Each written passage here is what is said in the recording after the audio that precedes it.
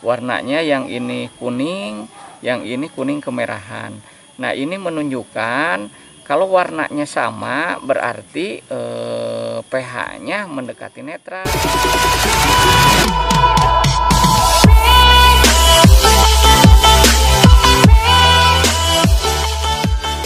Alhamdulillah hari ini kita ingin mencoba salah satu upaya dalam peningkatan pertanian, yaitu kita akan belajar ataupun mempelajari bagaimana mempersiapkan usaha tani khususnya dalam pengelolaan tanah. Karena yang namanya usaha tani tidak lepas dari dua sisi. Yang pertama, kita harus mempersiapkan tanah sebagai media tanam. Yang kedua, nanti tanaman apa yang akan kita tanam. Tapi yang paling penting adalah bagaimana kita mengelola tanah itu dengan baik sehingga budidaya ataupun tanaman yang akan kita tanam itu akan menghasilkan produksi yang optimal. Salah satu hal yang harus diperhatikan dalam pengelolaan tanah atau mengenal tanah, yang pertama adalah kita harus mengenal sifat fisik tanah. Kemudian yang kedua, kita harus mengenal sifat kimia tanah. Yang ketiganya, kita harus mengenal sifat biologi tanah. Nah, dalam kesempatan ini mungkin kita akan mempelajari sifat kimia tanah. Salah satu sifat kimia tanah yang akan kita lakukan uji adalah pH tanah. pH tanah bagian terpenting yang harus kita ukur dalam menentukan unsur-unsur hara yang bisa dimanfaatkan oleh tanaman selanjutnya. Nah, dalam analisis pH tanah ini yang perlu kita perhatikan adalah alat ujinya. Namun sebelum kita praktek pada pengujian terhadap sampel, perlu kita ketahui bahwa kita perlu mengambil sampel, utamanya adalah sampel tanah yang akan kita tanami. Salah satu hal yang paling penting dalam kesempatan ini, kita akan membatasi bahwa tanah yang akan kita uji adalah tanah untuk lahan sawah. Tanah lahan sawah ini mungkin untuk daerah tada hujan beda dengan daerah irigasi. Kalau daerah irigasi biasanya lahannya rata gitu kan, petakan-petakannya. Kalau tada hujan biasanya berbentuknya terasering. Maka dengan adanya terasering ini, otomatis antara lahan yang di atas, lahan yang di tengah, lahan yang di bawah, itu kandungan unsur hara baik pH di dalamnya itu akan berbeda-beda. Sehingga keakuratan pengambilan sampel sangat menentukan. Artinya bahwa sampel dari bagian atas harus kita ambil, dari bagian tengah kita ambil, dan bagian bawah kita ambil. Nanti kita satukan dan kita uji di lab kecil sesederhana mungkin, sehingga akan menjadi gambaran bahwa bagi para petani dalam nanti perlakuan kimia. Kimia dalam hal ini utamanya dalam pemupukan. Pupuk apa saja yang harus kita aplikasikan, dan kalau misalnya pH ini tidak kita ukur, resiko apa yang akan kita timbulkan dalam budidaya. Nah, ini salah satu alat yang digunakan untuk mengukur tanah di lapangan. Yang diukur adalah pH-nya. Ini namanya pH meter, simple. Di sini nanti ada ukuran-ukurannya dari mulai 3,5 sampai dengan 8. Ukuran pH ini kemungkinan digunakan untuk tanah-tanah masam. Jadi nanti kita akan ukur berapa sih sebenarnya di lapangan pH tanah yang ada ataupun yang kita lihat. Dan ini kita tunggu sampai 15 menit kurang lebihnya. Nah, angka ini sudah muncul. Yang tadinya 7, kemudian kita pijit, dan angka ini akan jarum ini akan berjalan. Nah, setelah 15 menit sampai berapa angka ini menunjukkan pH meter.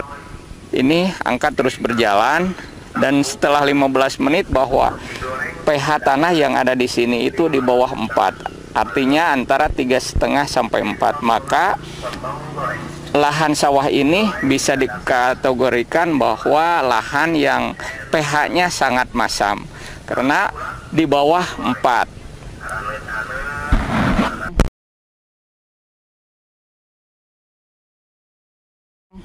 Kita siapkan kunyit 1 buah, kita potong. Nah, di sini akan kita lihat, kan?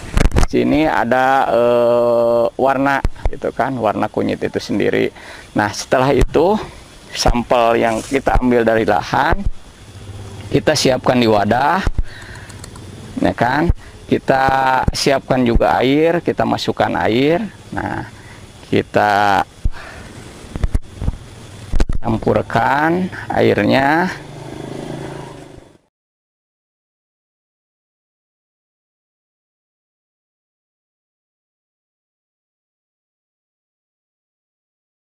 Untuk kunyit setelah kita setengah jam, kita lihat hasilnya seperti apa, apakah berubah. Itu ternyata warnanya berubah, ya kan? Warnanya yang ini kuning, yang ini kuning kemerahan. Nah, ini menunjukkan kalau warnanya sama berarti pH-nya mendekati netral. Kalau terjadi perubahan warna, ini menunjukkan bahwa pH-nya masam. Tapi dengan alat ini kita hanya bisa menentukan apakah tanah kita masam atau tidaknya. Sementara skalanya tidak bisa kita tentukan, gitu kan. Nah, yang bisa menentukan skalanya adalah yang tadi soil tester. Ini bisa kita gunakan karena di sini ada angkanya, gitu kan. Angkanya dari 8 itu yang basah, 3,5 itu yang asam. Jadi pH yang netral itu yang baik untuk pertumbuhan tanaman dan bisa menyerap unsur hara atau pupuk yang kita aplikasikan ke tanah. Itu pH-nya harus di antara 6,5, itu kan, sampai 7,5. Yang bagus itu 6,5, itu sudah bagus. Nah, tadi kan diuji 4 kurang, gitu kan, di rata-rata 4. Maka di sini sudah ada dosis anjuran untuk meningkatkan pH dari 4 ke 6,5 itu rata-rata 2 ton per hektar, gitu kan. Berarti kalau 100 bata kurang lebihnya 2,5 kintal lah. 2,5 kintal kapur atau dolomit sebagai unsur kalsium dan magnesium itu yang harus diaplikasikan ke tanah. Sementara di petani kita jarang sekali yang menggunakan itu, gitu kan. Tadi saya katakan dari awal bahwa unsur hara makro yang diperlukan oleh tanaman itu ada 9. Ada N, P, K yang sering dilaksanakan oleh petani pemupukan, CAMG, kalsium, magnesium, sulfur, gitu kan, CHO. Kalsium magnesiumnya itu tujuan diberikan itu untuk meningkatkan pH. Tadi kan pH-nya dari 4 untuk 6,5 itu harus 2 ton, kurang lebih 250 per 100 bata. Itu jarang sekali dilakukan oleh petani, sehingga yang mengakibatkan kalau pH-nya tidak netral, pupuk yang kita diaplikasikan itu akan jumlahnya bertambah. Artinya kalau dosisnya harusnya 1 hektar itu 2 kintal, maka dosisnya akan bertambah, gitu kan, menjadi lebih dari itu. Otomatis kan yang menjadi beban itu biaya produksi akan meningkat. Sama prinsipnya, kita ambil tabung reaksi. Kemudian kita ambil contoh tanah.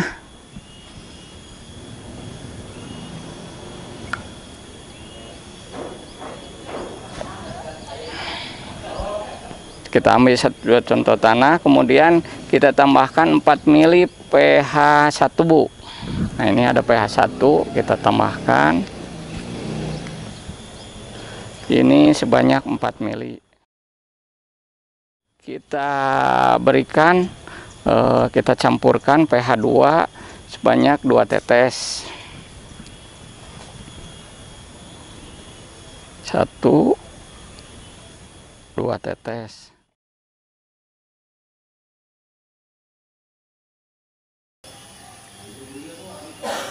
berdasarkan uji gitu kan, kalau tadi di lapangan itu pH-nya 4,5 gitu kan, ini hasil ujinya adalah 5 sampai 6 ya kan.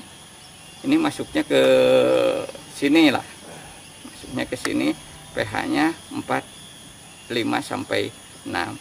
Nah, ini menunjukkan bahwa kalau tadi diukur pakai ini adalah 4 gitu kan. 4. Kenapa beda antara ini dengan ini? Sebenarnya tidak beda jauh. Karena biasanya kalau aplikasi yang pakai ini itu titik terendah yang kita ambil yaitu pH-nya 5. Jadi tadi kalau 4 mendekati 4 tidak berbeda jauh. Cuma di sini hanya menentukan berapa jumlah N dan dalam bentuk apa N diberikan. Itu N yang diberikan harus dalam bentuk urea. Di sini kan kalau pH-nya mendekati ke netral itu N-nya harus diberikan dalam bentuk urea. Berarti kan kita kalau pupuk diberikan dalam bentuk pupuk majemuk kayak Ponsa yang ada N-nya itu kan bermasalah gitu kan. Karena satu sisi jumlahnya harus banyak, di sisi lain formulasi dalam N dalam pupuk majemuk dan pupuk tunggal itu berbeda. Itu mungkin yang bisa kita simpulkan dalam kesempatan ini. Yang utamanya dalam budidaya tanaman khususnya padi sawah yang harus kita perhatikan, karena tadi tanaman sawah membutuhkan 9 unsur makro, otomatis yang perlu kita awali ataupun yang perlu kita persiapkan adalah kita harus menentukan pH-nya. Setelah kita menentukan pH-nya baru kita menentukan kandungan unsur hara yang ada di dalam tanah itu.